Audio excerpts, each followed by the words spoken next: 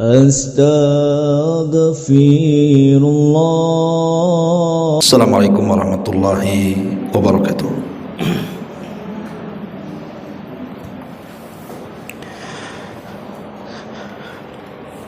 Alhamdulillah, wassalatu wassalamu ala rasulillah wa ala alihi wa sahbihi wa mawalah wa la hawla wa la quwata illa billahi wa ba'du. Alhamdulillah, segala puja dan puji hanya milik Allah subhanahu wa ta'ala. Salawat dan juga salam kita hadiahkan kepada Rasul kita Nabi besar Muhammad sallallahu alaihi wa ala alihi wasallam. Kita lanjutkan kajian kita, masih membahas kitab Minhajul Muslim karya besar Syekh Abu Bakar Jabir Al-Jazairi rahimahullahu ta'ala. Dan kita masuk pada pasal ke-7, pembahasan tentang akhlak yang sangat mulia, yakni akhlaku al-haya, rasa malu.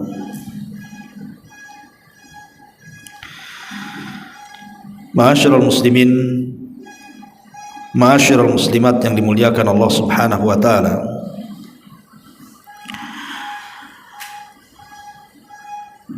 Di sini pengarang mengatakan seorang muslim itu harus pandai menjaga diri dan jadilah seorang pemalu. Karena sifat malu adalah salah satu daripada penghias akhlak. Bahkan malu itu bagian daripada iman. Perhatikan hadis Nabi SAW, al-imanu bid'un wa sab'una au bid'un wa sittuna su'batan, fa afdaluha qawlu la ilaha illallah wa adnaha imatatul adha anit tariq wal haya'u syu'batun minal iman. Iman itu bercabang-cabang sampai kepada 70 lebih cabang atau 60 lebih cabang. Yang paling utama adalah kalimat tauhid la ilaha illallah, dan yang paling rendah adalah menyingkirkan gangguan dari jalan. Kemudian kata Nabi SAW, wal haya'u syu'batun minal iman, dan malu itu termasuk cabang dari cabang-cabang keimanan. Perhatikan hadis ini. Nabi SAW mengatakan bahwa iman itu bercabang-cabang sampai 70 ataupun 60 lebih cabang. Artinya banyak amalan-amalan yang bisa menjadikan cabang dari keimanan. Tapi kenapa pula kemudian dalam hadis ini Nabi SAW menyebut kalimat malu, padahal kan cabang iman banyak? Artinya banyak amalan-amalan yang merupakan cabang-cabang keimanan. Kenapa mesti kalimat malu yang dicantumkan? Tentu ada maksudnya di sini. Sebanyak-banyak itu cabang keimanan, yang disebut adalah kalimat al-haya'u syu'batun minal iman. Malu itu bagian daripada cabang keimanan. Ya, karena Nabi SAW mengatakan setiap umat itu punya akhlak. Setiap umat itu punya akhlak. Artinya semua para nabi itu mengajarkan akhlak kepada umatnya. Tetapi akhlak malu atau sifat malu adalah sifat yang kata Nabi SAW bahwa umat ini terpisahkan atau terbedakan dengan umat-umat yang lain dengan akhlak malu.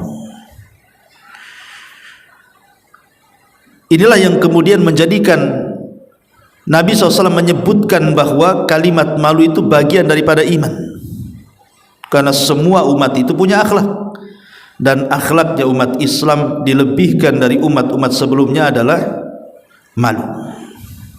Kenapa? Karena al-haya'u la ya'ti illa bi khairin. Malu itu tidak mendatangkan kecuali kebaikan. Baik, kita akan rincikan sedikit. Ma'asyiral muslimat yang dimuliakan Allah Subhanahu wa taala, malu ini ada dua macam. Pertama, al-haya'u minallah, malu dari Allah Subhanahu wa taala. Dan yang kedua,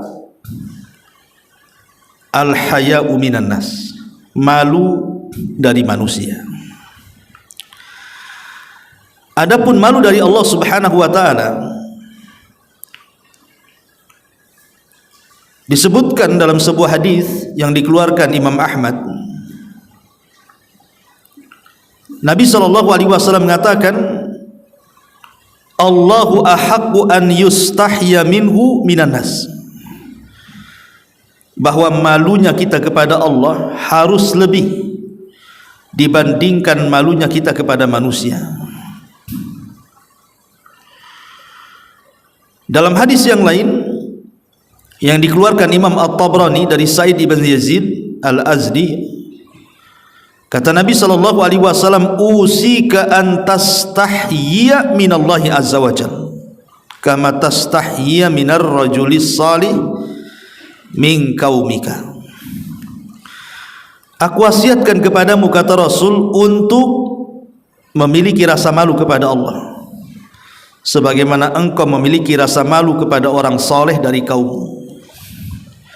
Maksudnya, terkadang umpamanya ada salah satu tokoh yang ibu kagumi, yang ibu banggakan, dari tokoh-tokoh orang-orang saleh seperti kiai, ustadz, tuan guru, ajengan atau apa kan itu.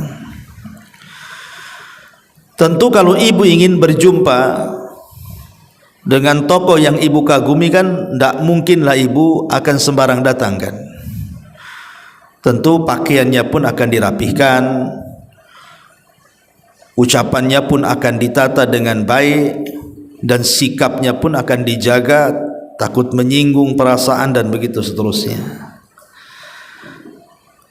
Lah kenapa kemudian kita bisa lakukan kepada manusia hanya karena dia dianggap agung di mata ibu, dianggap mulia di mata ibu?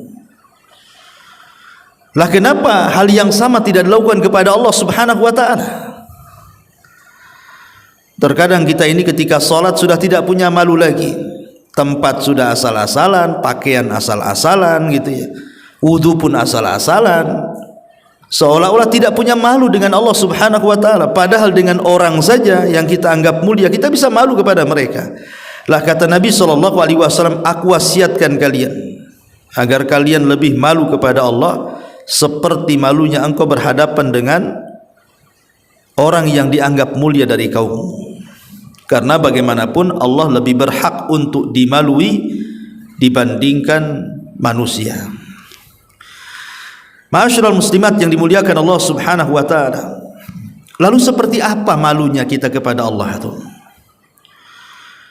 Para ulama mengatakan, alla yaraka haitsu nahaka wala yafkiduka haitsu amarak. Jadi malu kepada Allah itu artinya jangan sampai Allah melihat kamu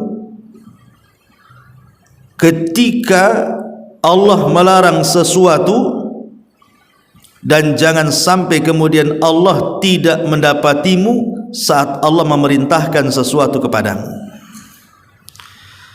Saya ulang, jangan sampai Allah melihatmu saat Allah melarang sesuatu kepadamu, dan jangan sampai Allah tidak tahu dari apa yang telah Allah perintahkan kepadamu. Artinya malu kepada Allah itu jangan sampai maksiat dan jangan sampai tidak melaksanakan perintah.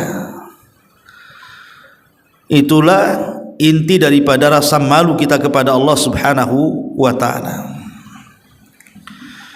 Ma'asyiral muslimat yang dimuliakan Allah Subhanahu wa ta'ala, maka seorang muslim sudah sewajarnya kan beradab kepada Allah dan juga menanamkan perasaan malu kepada Allah. Dengan cara apa? Ya tadi, melaksanakan perintah, menjauhi larangan, bersyukur akan nikmat-nikmat Allah Azza wa Jal, dan jangan mengingkari kebaikan Allah kepada kita. Dengan itulah kita bisa mewujudkan rasa malu kita kepada Allah Subhanahu wa ta'ala.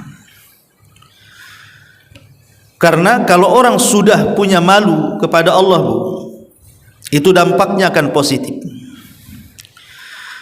Pertama, akan tertanam rasa cinta. Walladzina amanu asyaddu hubban lillah. Dan orang-orang yang beriman, mereka akan lebih cinta kepada Allah Subhanahu wa ta'ala dengan sebenar-benar cinta. Maksudnya, ketika kita menanamkan perasaan malu kepada Allah Azza wa Jal, kalau Allah melihat apa yang kita lakukan dari maksiat, atau Allah Subhanahu wa ta'ala tidak melihat kita sedang melakukan ibadah kepada Allah Azza wa Jal, dan mustahil Allah tidak melihat, pasti Allah melihat. Dari situ kemudian tumbuh perasaan cinta kita. Yang kemudian, yang kedua, akan tumbuh perasaan ta'zim, pengagungan. Kalau sudah timbul rasa cinta dari rasa malu kita kepada Allah, pasti akan tercipta pengagungan kita kepada Allah. Dan kalau sudah tercipta pengagungan kita kepada Allah Subhanahu wa ta'ala, karena merasa diawasi Allah, maka kita pun akan senantiasa mengingat nikmat-nikmat Allah Subhanahu wa ta'ala. Dan kalau orang sudah mengingat nikmat Allah, tidak mungkin kita maksiat, karena sudah tertanam sifat malu kan. Umpamanya ketika kita bermaksiat, kita berfikir, rizki kan yang kasih Allah. Tiba-tiba kemudian rizki Allah kita gunakan untuk maksiat. Makanan yang kita makan juga datang dari Allah, kemudian menyehatkan badan kita. Tiba-tiba badan yang sudah sehat kita gunakan untuk maksiat. Begitu juga minuman, begitu juga kesehatan datang dari Allah. Ketika kita sudah sembuh, tiba-tiba kita bermaksiat, dan begitu seterusnya. Jadi orang kalau mengingat nikmat Allah Subhanahu wa ta'ala, tidak jadi dia maksiat tuh, karena dia merasa malu kepada Allah Subhanahu wa ta'ala. Wa in ta'uddu nikmatallah la tuhsuha. Ma'asyiral muslimat yang dimuliakan Allah Azza wa Jalla, lalu seperti apa bentuknya? Bagaimana caranya Bu, Ibu menanamkan perasaan malu kepada Allah itu, bagaimana caranya? Ada sebuah hadis yang dihasankan oleh Syekh Albani rahimahullahu taala dari hadis Abdullah bin Mas'ud radhiyallahu anhu. Rasul sallallahu alaihi wasallam bersabda, "Istahyu minallahi haqqal haya." Malulah kalian kepada Allah dengan sebenar-benar malu. Caranya seperti apa? Maka Nabi sallallahu alaihi wasallam mengajarkan, "Antahfadhar ra'sa wa mawa'ah." Untuk menjaga kepala dan semua isi kepala. Wal batna wa ma hawa, dan agar menjaga perut dan seluruh isi perutnya. Wal tadhkuril mauta wal bila, dan mengingat kematian dan juga ujian-ujian yang Allah berikan kepada kita. Wa man aradal akhirata taraka zinatad dunya, maka barang siapa yang menghendaki akhirat, pasti dia meninggalkan perhiasan dunia. Faman fa'ala dzalik faqad istahya minallahi haqqal haya, siapapun yang melakukan perkara-perkara itu maka dia sudah dianggap memiliki perasaan malu kepada Allah dengan sebenar-benar malu. Begitu caranya, Bu. Bagaimana caranya kita malu kepada Allah? Satu, jaga kepala. Di kepala ini kan macam-macam, Bu. Ada telinga, ada mata, ada hidung, ada lisan, ada otak gitu ya. Jadi jaga tuh. Jangan sampai memandang kecuali yang dihalalkan, jangan sampai mendengar kecuali yang dibolehkan, jangan sampai bicara kecuali yang dibolehkan saja, yang santun, tidak mengeluarkan kata-kata yang mengandung dosa. Dan otak kita berpikir yang positif. Jadi kalau kita sudah bisa menggunakan mata kita memandang yang halal, yang baik gitu ya, berarti mata kita ini memiliki rasa malu. Kalau telinga kita mendengar yang baik, berarti telinga kita ini punya rasa malu. Kalau lisan kita mengucapkan yang santun, berarti lisan kita punya malu. Kalau otak kita cara berpikir positif, berarti otak kita ini punya rasa malu. Berarti sebaliknya, Bu, kalau kita masih memandang yang haram, berarti mata kita tidak punya malu tuh. Telinga kita masih mendengar yang diharamkan, masih nguping orang, gibah, tajassus dan begitu seterusnya, berarti telinga kita belum punya rasa malu. Kalau lisan kita masih mencaci, memaki, menggibah, namimah, menjelekkan, memburukkan, merendahkan, menghasut dan begitu seterusnya, berarti lisan kita tidak punya malu. Kalau cara berpikir otak kita ini ingin melakukan dosa saja, berarti otak kita tidak punya malu tuh. Jadi ini yang pertama, ya, menjaga kepala. Yang kedua, wal batna wa mahawa, menjaga perut dan yang sekitarnya, termasuk juga kemaluan. Kalau kita masih memasukkan benda-benda haram kepada perut kita, minuman-minuman haram kepada perut kita, ataupun hal-hal yang diharamkan kepada perut kita, berarti perut kita tidak punya rasa malu. Tapi kalau kita memasukkan sesuatu yang halal saja, saya tidak akan memasukkan ke perut saya kecuali yang halal, berarti perut kita punya malu. Malu kepada Allah. Seperti saya contohkan kisah Abu Bakar. Ingat ketika saya berkisah dulu, Abu Bakar ini kan punya budak, Bu. Budaknya dimerdekakan kemudian pergi.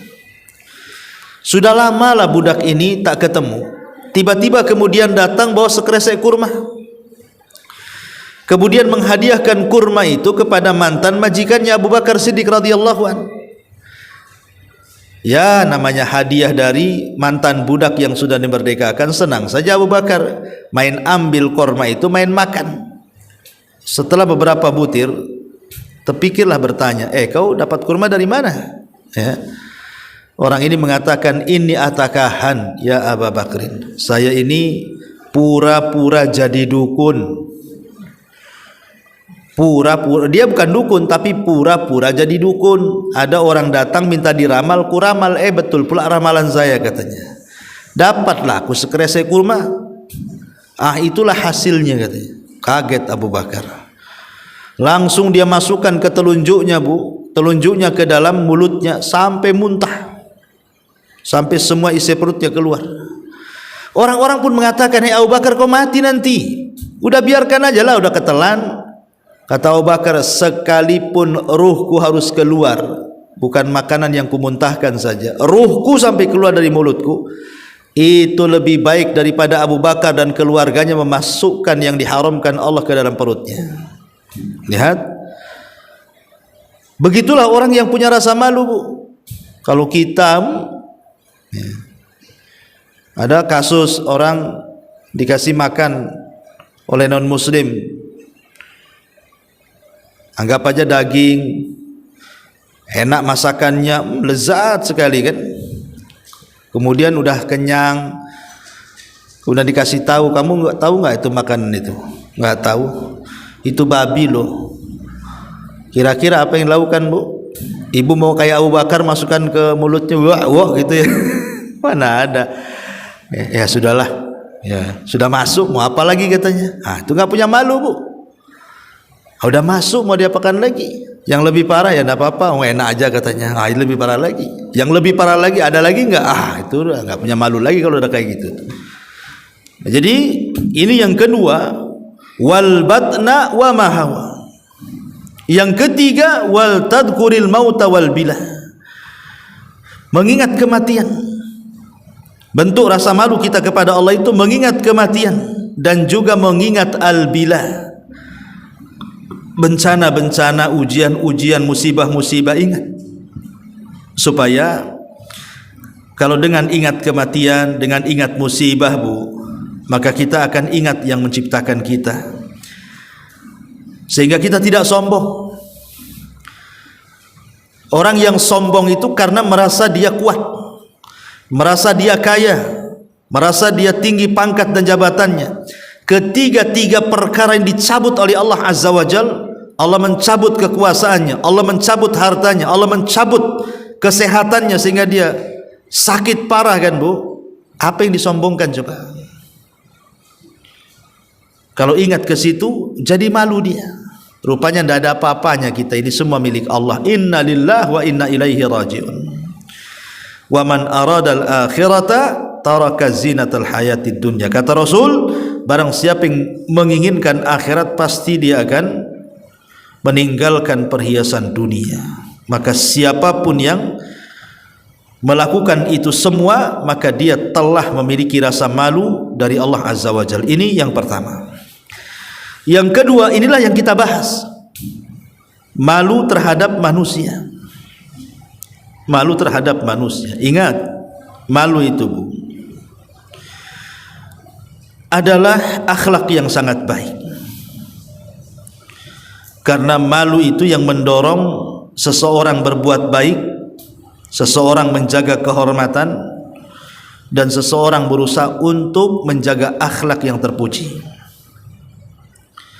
Karena malu itu salah satu dalil tentang muru'atul insan. Ulama mengatakan, jadi punya rasa malu itu salah satu tanda ibu itu punya muru'ah. Punya muru'ah itu punya kehormatan. Tapi orang yang tidak punya malu jatuh kehormatannya. Makanya Nabi SAW mengatakan, di antara ucapan para nabi yang terus diucapkan oleh mereka turun temurun, apa kata Nabi SAW? Idza lam tastahi fasna masyita. Kalau engkau tidak punya rasa malu, ya lakukanlah sekehendakmu. Karena kalau orang tidak punya malu kan hilang muruahnya bu, hilang kehormatannya. Makanya rasa malu itu dalil tentang kehormatan seorang manusia. Ketika orang punya rasa malu, berarti masih punya kehormatan. Kalau orang sudah tidak punya rasa malu, berarti sudah hilang kehormatannya. Rasa malu itu dalil bahwa seorang manusia punya kehormatan baik di hadapan Allah ataupun di hadapan manusia. Ma'asyiral muslimat yang dimuliakan Allah Subhanahu wa taala, malu ini adalah kunci setiap kebaikan. Nabi SAW mengatakan, al-haya'u khairun kulluhu. Malu itu kebaikan semuanya. Dan Nabi mengatakan, al-haya'u la ya'ti illa bi khairin. Bahwa malu itu tidak mendatangkan kecuali kebaikan. Ini yang pertama, bahwa malu itu adalah kunci kebaikan. Yang kedua, malu ini adalah perhiasan seorang muslim. Malu ini adalah perhiasan seorang muslim atau muslimah. Berdasarkan hadis Nabi SAW, ma kana al-fuhsyu fi syai'in illa syana, wa ma kana al-haya'u fi syai'in illa zana. Tidaklah ucapan-ucapan kotor, ucapan-ucapan buruk ketika menempel di sesuatu kecuali akan mengotorinya, dan tidaklah perasaan malu yang menempel pada sesuatu kecuali akan menghiasinya. Begitu kata Nabi SAW. Jadi sifat malu itu menghiasi hidup kita, karena sifat malu itu akan terpancar dari ucapan kita, perbuatan kita, sikap kita, hati kita, akal kita, dan begitu seterusnya. Makanya kemudian dia akan menjadi perhiasan bagi anggota badan kita. Kemudian juga yang ketiga, yang keempat atau yang ketiga, al-haya'u imanu. Malu itu adalah keimanan, sebagaimana yang tadi sudah saya katakan, al-haya'u syu'batun minal iman, bahwa rasa malu itu bagian daripada iman. Kemudian yang keempat, malu itu termasuk akhlak yang dicintai Allah. Makanya disebutkan dalam hadis Ashaj Abdul Qais radhiyallahu an, Nabi SAW pernah berkata kepada aku, kata Ashaj, apa kata Rasul? Inna fika, sesungguhnya dirimu hai Ashaj memiliki dua akhlak yang sangat dicintai Allah. Kemudian Ashaj berkata, yang mana wahai Rasul? Maka Rasul mengatakan, al-hilmu wal haya'u, kelembutanmu dan rasa malumu. Lihat, Rasul mengatakan kepada Ashaj, dalam badanmu ada dua akhlak yang Allah cintai. Kata Ashaj, apa itu Rasul? Maka Rasul mengatakan kelembutan dan rasa malu, menunjukkan bahwa malu itu akhlak yang dicintai Allah. Kemudian yang kelima, malu ini bisa mengantarkan kita ke surga. Karena Nabi SAW mengatakan, al-haya'u minal iman wal imanu fil jannah. Malu itu bagian daripada iman dan iman itu di surga. Jadi rasa malu itu bisa mengantarkan kita ke surga. Kemudian yang keenam, malu itu termasuk akhlaknya Islam. Inna likulli dinin khuluqan wa khuluqal Islam al-haya'u. Setiap agama itu punya akhlak, dan akhlaknya Islam adalah perasaan malu. Kemudian yang nomor 7, al-haya'u syari'atu jami'il anbiya, bahwa perasaan malu itu semua syariat para nabi. Kata Nabi SAW, inna mimma adrakan nas min kalamin nubuwatil ula idza lam tastahi fasna ma syi'ta. Sesungguhnya apa-apa yang didapati manusia dari kalam kenabian yang awal-awal, mereka mengatakan para nabi, kalau engkau tidak malu lakukan sekehendakmu. Kemudian yang nomor 8, malu itu mani'un min fi'lil ma'asi, bisa mencegah untuk melakukan maksiat. Malu itu bisa mencegah untuk melakukan maksiat. Ketika hendak bermaksiat timbul rasa malu, tak jadi. Ketika hendak melakukan kemungkaran timbul rasa malu kepada Allah, tak jadi. Begitu rasa malu itu dia bisa mencegah dari kemaksiatan. Ma'asyiral muslimat yang dimuliakan Allah Subhanahu wa taala. Adapun di antara keistimewaannya juga, ibu yang dimuliakan Allah Subhanahu wa taala, malu ini ya, di antara buahnya yang disebutkan para ulama, kenapa sifat malu ini sangat dijunjung tinggi di dalam Islam ya. Karena di antara buahnya yang disebutkan oleh para ulama, pertama, dengan rasa malu ini kita semakin berhati-hati untuk melakukan hal-hal yang melanggar syariat. Itu yang paling besar manfaat daripada rasa malu. Karena apa sih definisi malu itu, Bu? Definisi malu itu kata ulama, khuluqun yakufful abdu an irtikabil qaba'ihi warradha'ili wa yahuthuhu ala fi'lil jamil wa yamna'uhu minat taqsiri fi haqqi sahibil haqq wa huwa min a'la mawahibillahi lil abdi. Jadi definisi malu itu, Bu, adalah akhlak yang mencegah seorang hamba untuk melakukan hal-hal yang dianggap jelek, yang dianggap buruk. Kemudian juga menganjurkan untuk melakukan perbuatan-perbuatan baik dan mencegah dari hal-hal yang kurang ketika melaksanakan hak yang harus dilaksanakan dari hak-hak tersebut. Jadi sini ada 3 poin dari definisi malu itu kan. Pertama, mencegah kita untuk melakukan hal-hal yang dianggap buruk, dianggap hina. Yang kedua, mendorong kita untuk melakukan hal-hal yang baik dan yang berguna. Dan yang ketiga, mencegah kita untuk meremehkan hak-hak yang harus kita tunaikan, baik hak-hak kita kepada Allah atau hak-hak kita kepada manusia. Inilah definisi malu. Berarti di antara buah malu yang paling besar itu, seorang hamba dia tidak akan melakukan maksiat, dia akan senantiasa melakukan ketaatan, dan dia akan sempurna di dalam melakukan ibadah kepada Allah Subhanahu wa ta'ala. Tapi sebaliknya, Bu, kalau hilang rasa malu, kira-kira apa yang terjadi? Orang yang enggak punya malu tuh,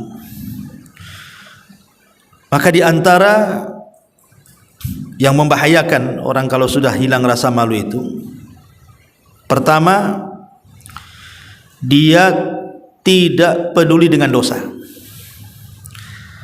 tidak akan peduli, mau melakukan dosa terang-terangan, mau melakukan dosa sembunyi-sembunyi, dia akan melakukannya. Dan ini sangat bahaya. Orang kalau sudah, jangankan kita ini melakukan dosa terang-terangan, Bu, dosa yang tidak terang-terangan saja, kata Nabi SAW, nanti ada umat itu dihadapkan kepada Allah membawa pahala sebesar gunung Tihama. Tiba-tiba Allah hancurkan pahala itu karena dosa yang tidak terang-terangan. Yang tidak terang-terangan saja bisa menggugurkan banyak pahala tuh. Macam mana pula yang terang-terangan? Itulah orang kalau sudah tidak punya malu. Makanya di akhir zaman, di antara tanda-tanda kiamat adalah ketika manusia sudah berzina di tengah jalan. Sampai orang yang paling malu yang hidup di zaman itu mengatakan sebaiknya kalian berzina di balik tembok, katanya. Bukan dicegah zinahnya, tapi suruh menyingkir saja. Karena nanti di akhir zaman tidak punya rasa malu lagi tuh. Lihat hari ini, orang-orang yang membuka aurat punya malu enggak tuh? Tidak punya malu. Anehnya yang nutup aurat sudah jelas-jelas pakai jilbab, pakai pakaian syar'i, ketika kemudian berjalan di tengah orang, malah dia pula yang malu. Akhirnya dicopotlah jilbabnya. Kenapa? Malu saya, katanya. Harusnya mereka yang ahli maksiat yang malu, bukan ibu yang ahli taat yang malu. Ya. Karena begitulah kalau sudah hilang rasa malu itu. Kemudian contohnya nih, orang yang hilang rasa malu adalah wanita-wanita. Tadi saya katakan khurujun nisa kasiatin ariyat, keluarnya wanita mereka berpakaian tapi telanjang. Ataupun banyaknya wanita keluar rumah yang tidak ada hajat. Kata Nabi SAW, innal mar'ata auratun, wanita itu aurat. Fa idza kharajat istasrafaha syaitan, kalau dia keluar setan ikut di belakangnya tuh. Wa aqrabu ma yakunu min wajhi rabbiha wa hiya fi qa'ri baitiha. Jadi wanita ini ketika tidak punya rasa malu, maka dia akan terus keluar dari rumahnya. Padahal seorang wanita muslimah yang memiliki kehormatan pasti dia akan mendahulukan rumahnya dibandingkan di luar rumahnya. Tapi zaman sekarang banyak wanita-wanita, terutama anak-anak muda-mudi itu, mereka sudah tidak punya malu, nongkrong di jembatan, coba kan, malam-malam ikut trek-trekan, kadang-kadang entah kemana pergi, kelayapan kan itu. Ini udah hilang rasa malunya. Boleh jadi mungkin karena orang tuanya dulu seperti itu, atau mungkin orang tuanya sudah berusaha untuk mencegahnya, tetapi kalah dengan anaknya. Termasuk juga masih berkaitan dengan wanita keluar pakai parfum, itu kan tidak punya rasa malu untuk memfitnah manusia. Ataupun berjalan tidak ada aturan, lenggak-lenggok sana sini, nah, itu kan juga termasuk tidak punya rasa malu. Atau meletakkan pakaian di rumah orang, ibu bertamu nih ke rumah kawan, ibu buka saja kayak di rumah sendiri, dibuka semuanya pakai kaos saja memang kan. Tidak boleh bu, di rumah orang walaupun tidak ada laki-laki di situ, tidak boleh ibu sembarang pakai buka pakaian, tetap jaga aurat. Dikhawatirkan ada keluarganya yang laki-laki datang atau apa kan, tidak boleh ya, karena Rasul yang melarang. La yamna'anna rajulan kata Nabi SAW, ma mimra'atin tadau thiyabaha fi ghairi baiti zawjiha illa hatakatis sitru bainahu wa baina rabbiha. Tidaklah seorang wanita meletakkan pakaiannya di luar rumahnya, bukan di rumahnya tapi di rumah kawannya, itu sama dengan menghancurkan penghalang kehormatan dia dengan Allah Subhanahu wa taala. Nah, ini contoh yang lain. Atau contoh yang lain umpamanya ibu keluar tanpa izin suami, itu juga wanita yang enggak punya malu. Main keluar saja kelayapan, suami tak tahu ya. Ataupun mamanya ibu keluar itu dalam rangka memang untuk bermaksiat, sengaja memang sudah ada jadwal tertentu. Oh hari ini gibah di rumah si Anu, besok rumah si ini, sudah dijadwal 1 minggu itu gibahnya tuh ya. Itu memang gak punya malu, gibah aja dijadwal dulu tuh, mengerumpi itu dijadwal dulu tuh, minggu ini di sini, minggu ini di sini. Itu juga termasuk wanita yang gak punya rasa malu tuh ya. Dan banyak lagi yang terkait dengan kaum Hawa. Ma'asyiral muslimat yang dimuliakan Allah Subhanahu wa taala, termasuk juga kalau secara umum contohnya adalah seperti umpamanya seseorang bersalaman, entah laki-laki dengan perempuan atau sebaliknya ya. Itu juga tidak punya rasa malu. Ataupun di sini muqarafatul itsmi istihya'an minan nas. Seseorang malah mendekati dosa karena malu kepada manusia. Contoh ibu pulang kampung, kan ibu sudah ngaji di Batam, di kampung mungkin orang nggak paham ibu itu bukan mahram atau mahram, kan kadang-kadang orang kampung nggak tahu bu ya. Kalau kita yang sudah ngaji kan tahu, oh ini mahram saya, berarti boleh jabat tangan gitu ya, boleh sentuhan. Oh ini bukan mahram saya, berarti nggak boleh. Tapi kadang-kadang bu, karena rasa segennya kita dengan keluarga, kita tidak berani untuk mengatakan ini boleh, ini tidak kan bu. Akhirnya kemudian yang harusnya tidak boleh jabat tangan, akhirnya jabat tangan. Yang tidak boleh berpelukan, akhirnya berpelukan. Maka ini tidak punya malu. Jadi kalau sudah tahu ilmunya, ya ibu tinggal angkat aja tangannya, maaf ya kita kan bukan mahram, jelaskan kan gitu, supaya mereka tahu siapa ibu. Ya ini juga kalau sudah hilang rasa malu memang seperti itu ya. Dia membiarkan saja kemaksiatan karena sebuah hal yang segan atau apa gitu ya.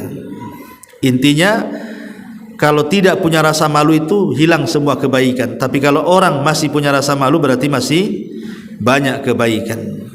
Taib. Di sini mu'alif rahimahullahu taala menyebutkan beberapa kisah ya tentang kisah-kisah sifat malu ini.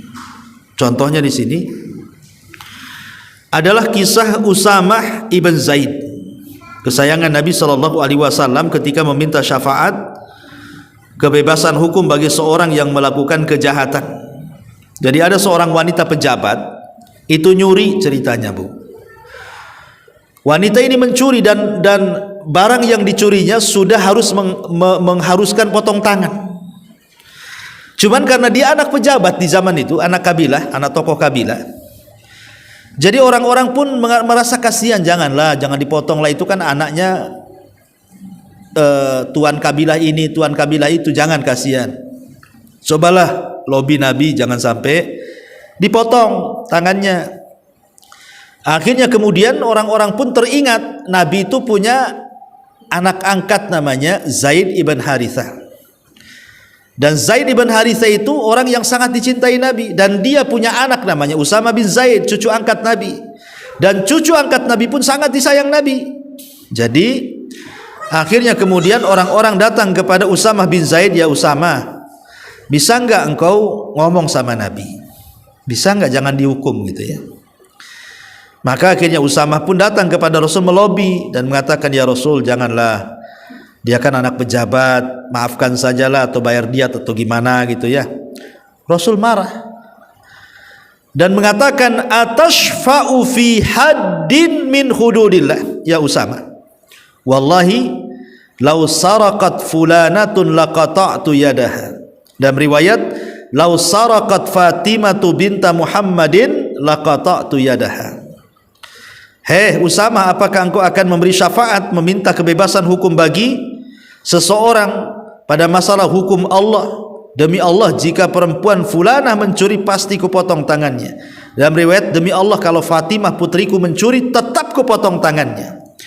Kemudian Rasul mengatakan, sesungguhnya hancurnya umat sebelum kalian karena kalau ada orang lemah yang melakukan kejahatan langsung ditindak. Tapi kalau ada orang yang mulia, yang dianggap tinggi jabatannya, melakukan kesalahan, kalian biarkan saja. Maknanya tidak punya rasa malu, tidak malu kepada Allah kah?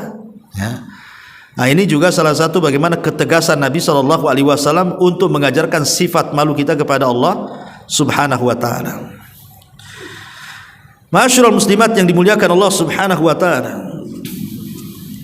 Kemudian juga dicontohkan di sini kisah Ummu Sulaim Al-Ansariyah untuk menanyakan, ya Rasulullah, innallaha la yastahi minal haqq, fa'al 'alal mar'ati min ghuslin idza hiya ihtalamat? Qala na'am idza ra'atil ma. Wahai Rasul, sungguh Allah tidak malu menjelaskan tentang kebenaran. Apakah perempuan harus mandi jika dia mimpi basah? Maka Rasul mengatakan, ya, kalau dia melihat air. Artinya malu tidak menghalangi untuk belajar. Ya. Kenapa tak mau ngaji? Malu saya. Ah, itu bukan malu yang dibenarkan kayak gitu. Kenapa kau tidak datang kemarin acara ini kan bagus? Ah, malu saya. Enggak bisa. Kalau untuk kebaikan tidak berlaku malu itu. Justru ketika tidak datang kebaikan kepada kebaikan, maka itulah dia tidak punya rasa malu. Jangan dibalik-balik. Ya. Masyarul muslimat yang dimuliakan Allah Azza wa Jalla, termasuk juga kisah, kalau dalam Quran kan Bu, kisah Nabi Musa alaihi salatu wassalam. Kan di Quran itu kan ada kisah Nabi Musa yang terusir dari Mesir karena membunuh untuk menyelamatkan diri. Musa pun kemudian pergi dari Mesir menuju Madian. Lah di Madian Nabi Musa melihat ada dua orang perempuan sedang ngantri ngambil air. Kemudian Musa pun langsung mendekati wanita itu dan langsung menawarkan diri untuk membantunya tanpa banyak bicara. Dan wanita itu pun tidak nunggu ditanya, kenapa engkau mengantri di antrian laki-laki? Wanita itu sebelum ditanya langsung menjawab. Dia mengatakan, sesungguhnya saya ini punya orang tua yang sudah tua, tidak sanggup mengangkat air, makanya kami yang angkat air. Nah, itu sebelum ditanya sudah jawab tuh wanita itu. Akhirnya Musa pun tidak banyak ngomong, langsung membantu, kemudian membawakan air itu. Dan sepanjang jalan membawakan air itu, Musa tidak bicara, wanita itu pun tidak bicara. Bahkan wanita itu dengan malu-malu dia berjalan. Lihat bagaimana Nabi Musa juga malu, wanita itu juga malu, tapi malu dalam kebenaran. Maka Allah nikahkan Nabi Musa dengan wanita tersebut. Karena apa? Akhlak malu tadi. Itulah kemuliaan yang diberikan oleh Allah Subhanahu wa ta'ala. Taib, ini diantara pembahasan tentang akhlak malu. Taib, sampai di sini. Kalau ada yang bertanya silahkan.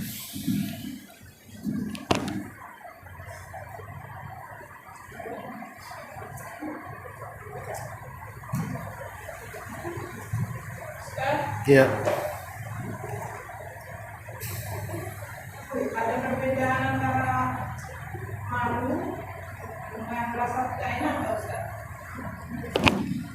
Malu dengan tidak enak. Tidak enak itu kan bisa aja lagi makan tak enak. Ya. Maksudnya tidak enak mungkin karena perasaan mungkin ya. Begini Bu ya, malu ini tadi saya sudah jelaskan definisinya. Ada 3 poin definisi malu itu. Ya. Apa tadi definisi malu? Pertama, malu itu mencegah untuk melakukan keburukan dan kehinaan. Yang kedua, malu itu membangkitkan dia untuk melakukan kebaikan. Dan yang ketiga, malu itu menjadikan dia tidak meremehkan untuk melakukan hak-hak yang merupakan hak yang sudah diwajibkan kepada kita, baik hak Allah ataupun hak manusia. Tapi kalau tidak enak itu maksudnya apa? Tidak enak itu maksudnya kalau antum Umi aja yang ngomong sana, nggak enak, kan itu Bu ya.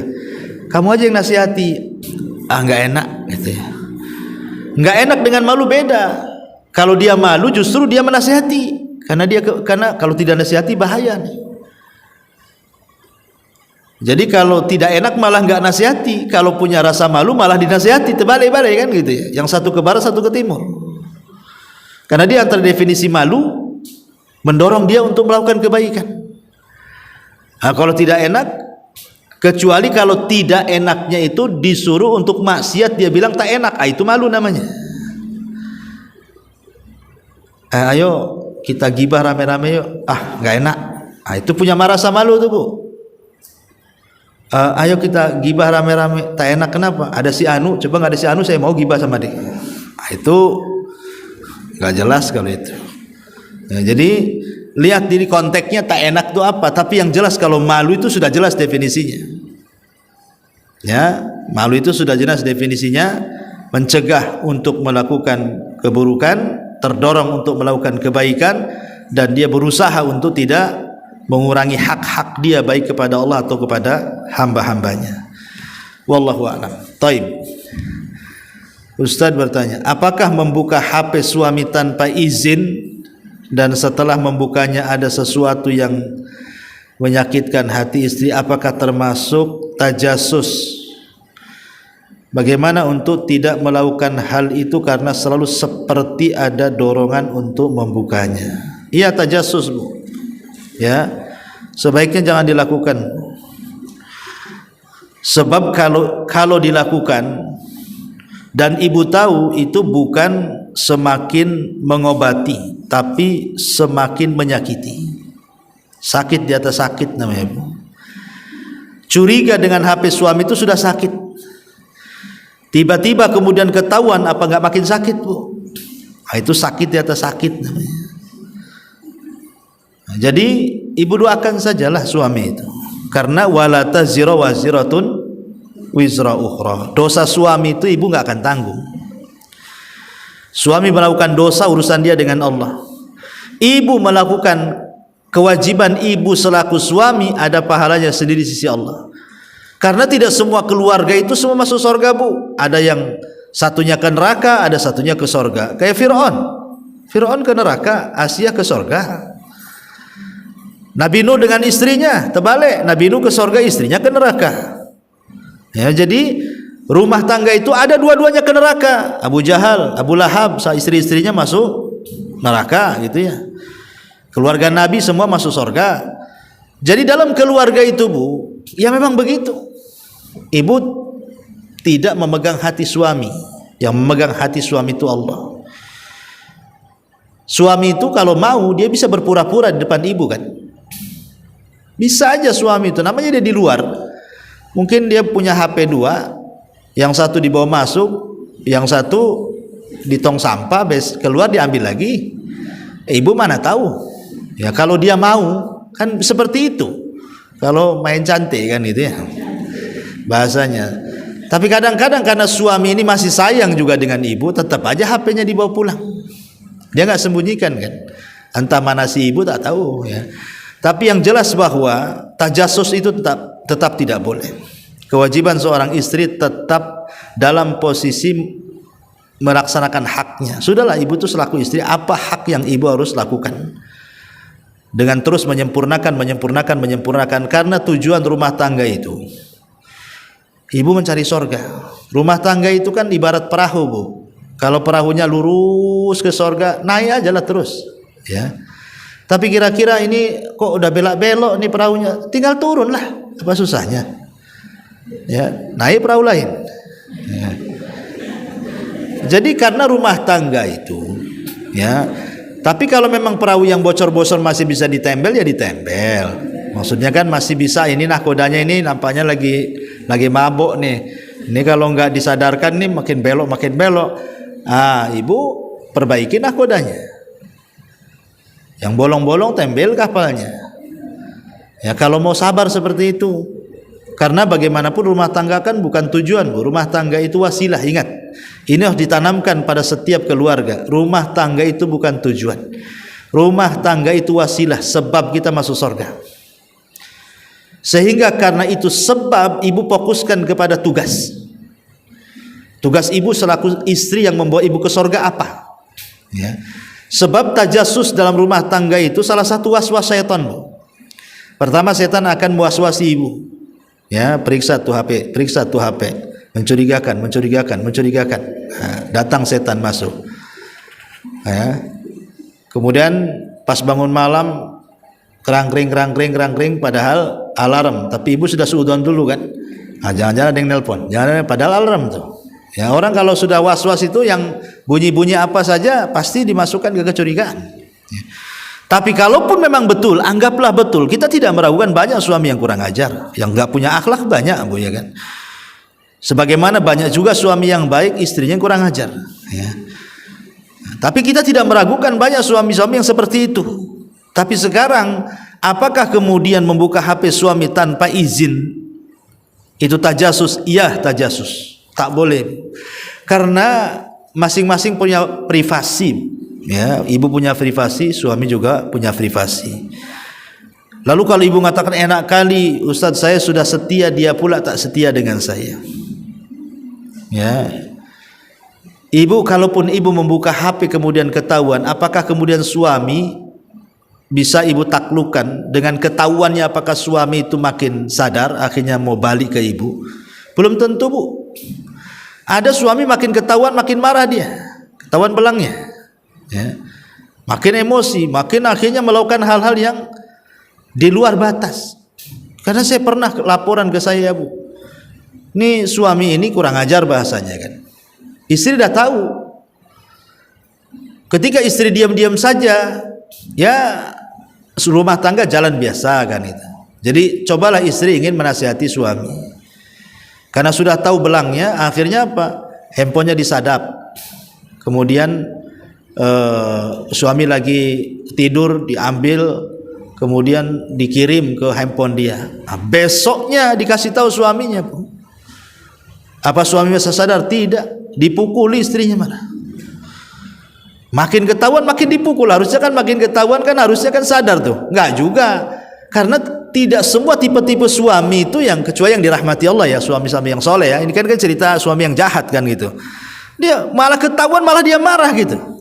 Dia yang salah kok dia yang marah. Nah, anak takut ada tipe-tipe suami seperti itu. Akhirnya kemudian sampai ke titik akhirnya cerai. Setelah cerai, si Umahat ini datang kepada saya. Nyesel dia. Waktu perang-perangnya rame-ramenya udah pede kali dia. Aku udah gak mau sama dia, Ustaz. Pada saya sudah nasihati, jangan, sabar dulu. Anda, saya tetap harus pisah. Udah kurang ajar, udah, macam-macam. Pisah betul, Bu. Ya. Udah pisah baru berapa hari nyesel dia. Nah, kadang-kadang kan hal-hal yang tidak, karena nyesel ya macam-macam lah kan. Entah dia masih cinta, entah mikir anak-anaknya, entah mikir kehidupannya, macam-macam lah faktornya kan. Tapi kan maksudnya di sini pertanyaan, apakah membuka HP suami termasuk tajasus? Ya, tajasus.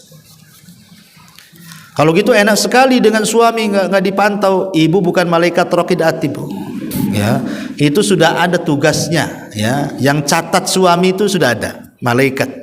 Nanti ada pertanggungjawaban sendiri di hadapan Allah Azza wa Jalla. Kemudian yang kedua, bagaimana batasan menjama solat saat safar? Apakah setelah sampai pada tempat tujuan safar masih boleh menjamak solat tanpa berbulan-bulan atau berhari-hari? Iya, jamak solat itu kalau ada masyaqqah. Ingat, qasar dengan jamak beda. Kalau qasar itu memendekkan solat, dan itu tidak terjadi kecuali safar. Kalau jamak itu bisa safar, bisa mukim. Orang mukim bisa jamak, orang safar juga bisa jamak, ya. Tetapi ketika kita bicara safar, safar ini ada dua, ada safar jalan, ada safar mukim. Safar jalan ibu di pesawat, di bus, di perahu, itu namanya safar jalan. Tentu ini merepotkan, sebaiknya dijamak. Tapi kalau safar sudah mukim, pamannya ibu dari sini pulang kampung, ya, ibu sudah menetap di Batam, berarti kalau pulang kampung jadinya safar. Tapi kan di kampung nggak ngapa-ngapain, ya, duduk ngobrol biasa, ya sebaiknya tidak usah dijamak, ya, tetapi cukup diqasar saja. Cukup diqasar. Diqasar pun sampai kapan ini menjadi polemik para ulama. Ada yang membatasi 3 hari, 4 hari, 20 hari, 40 hari, setahun, 2 tahun, macam-macam khilaf ulama. Dan Syekhul Islam Ibn Taimiyah, Imam Ibnul Qayyim, Imam Syaukani dan As-San'ani dan yang lainnya mengatakan bahwa safar itu boleh diqasar sampai dia pulang kembali, ya. Artinya walaupun sebulan, 2 bulan, 3 bulan gitu ya, kalau dia tidak ada niat untuk tinggal di situ, maka dia masih boleh qasar. Wallahu a'lam. Taib, Ustaz, seperti apa penuntut ilmu yang sejati? Apakah mencari kebenaran atau solusi saja, atau terus menuntut ilmu, duduk di majelis ilmu tanpa tahu apakah ilmu yang kita pelajari itu bermanfaat bagi diri atau tidak, karena merasa tidak tahu apa-apa dan tidak paham saat orang lain bertanya? Ya, ngaji saja, Bu. Man yuridillahu khairan yufaqihu fiddin. Barang siapa yang Allah kehendaki kebaikan, nanti Allah cerdaskan, ya. Jangan pikir ngaji itu ya pengen cerdas saja. Banyak kok keutamaan hadir di majelis taklim itu, bukan hanya pengen cerdas saja. Belajar adab, mencari pahala, ngilangi dosa, minta didoakan malaikat. Kemudian ibu sedang berjalan di jalan Allah fisabilillah. Banyak keutamaannya. Tidak harus mesti mendapatkan pengetahuan saja kan duduk di majelis taklim itu. Banyak sekali. Ya, kadang-kadang kita malas istighfar. Kalau duduk di majelis taklim, pulang kan udah diampuni dosanya tuh, tanpa ibu mengatakan astagfirullah. Cukup duduk di majelis taklim, dengerin kajian, ngantuk-ngantuk dikit, kemudian pulang. Ya, lumayan, Bu. Pulang, ada apa untung? Udah diampuni dosa-dosanya, walaupun duduk gitu saja. Nggak paham saya Ustaz. Nggak apa-apa, nggak paham. Ya, yang penting dosa ibu dihapus. Kan itu satu keuntungan. Didoakan malaikat lagi. Ya. Asal jangan gibah aja. Jadi banyak, tapi insya Allah bunda ada ceritanya orang duduk di majelis taklim itu bodoh, nggak ada. Orang duduk di majelis taklim nggak akan bodoh, pasti banyak pengetahuan nanti, banyak pengetahuan. Kalau terus duduk di majelis taklim, terus ngaji, lama-lama cerdas, Bu. Nggak mungkin orang duduk di majelis taklim tidak cerdas itu. Pasti cerdas karena yang disampaikan juga ilmu. Ya, asal ya jelas saja. Sekali lagi, duduk di majelis yang jelas, jangan yang tidak jelas duduk di situ. Ya. Izin bertanya ya, terkadang rasa malu menjadi rasa tak enak karena orang tersebut jauh lebih tua dan dipandang orang berada. Jadi mau sekedar menasihati jadi minder, malu tak enak. Mohon nasihatnya Ustadz agar kami bisa memelihara rasa malu sesuai dengan materi hari ini. Ya, sebenarnya menasihati orang itu kan macam-macam caranya, Bu. Kalau kita tidak punya kekuatan untuk menasihati dengan langsung, kan bisa lewat kekuatan orang. Orang lain suruh nasihati dia. Orang lain suruh nasihati. Kalau kita tidak sanggup menasihati, orang lain suruh nasihati. Atau di majelis taklim ibu ngomong sama ustadznya, Ustadz tolong nanti temanya yang ini ya, saya mau nyindir si Anu umpamanya kan, gitu ya. Kan nggak ada apa-apa, Bu. Oh, lewat ustadz berarti nggak ada masalah kan, macam-macam wasilahnya. Nggak harus ibu kasih tahu aja sama anak, Ustadz tolong bahas ini Ustadz. Kenapa? Adalah pokoknya ya, nggak masalah seperti itu. Kan macam-macam caranya kalau tidak bisa. Ya, berbagai macam cara nasihati orang itu. Kalau juga tidak bisa juga kan tidak harus dengan lisan. Ibu dengan doa, ya, doa juga bisa supaya orang itu dilembutkan hatinya. Kan Rasul yang mengatakan kalau tidak bisa dengan tangan kekuasaan dengan lisan, kalau tidak bisa dengan lisan ya dengan doa, walaupun itu selama-lamanya iman lah kan itu. Tapi kan ada upaya menasihati dengan hati. Karena siapa tahu doa itu justru lebih hebat dibandingkan kekuasaan, lebih hebat dibandingkan lisan. Karena doa itu senjata yang paling ampuh bagi seorang mukmin. Ad-du'u silahul mukmin. Doa itu senjatanya orang Islam. Karena bisa saja umpamanya kita berdoa, ya Allah semoga orang itu walaupun saya tidak menasihati, mungkin ada di keluarganya yang menasihati dia. Namanya ibu doakan seperti itu. Mudah-mudahan ada orang di sekitar dia yang menasihati dia. Ya siapa tahu dikabulkan doanya, Allah kirim orang lain menasihati dia sebagaimana keinginan ibu ingin menasihati dia. Ibu kan tidak tahu. Ya, semua bisa terjadi. Karena Allah Subhanahu wa taala mampu melakukan hal yang kita tidak sanggup melakukannya. Wallahu a'lam bishawab.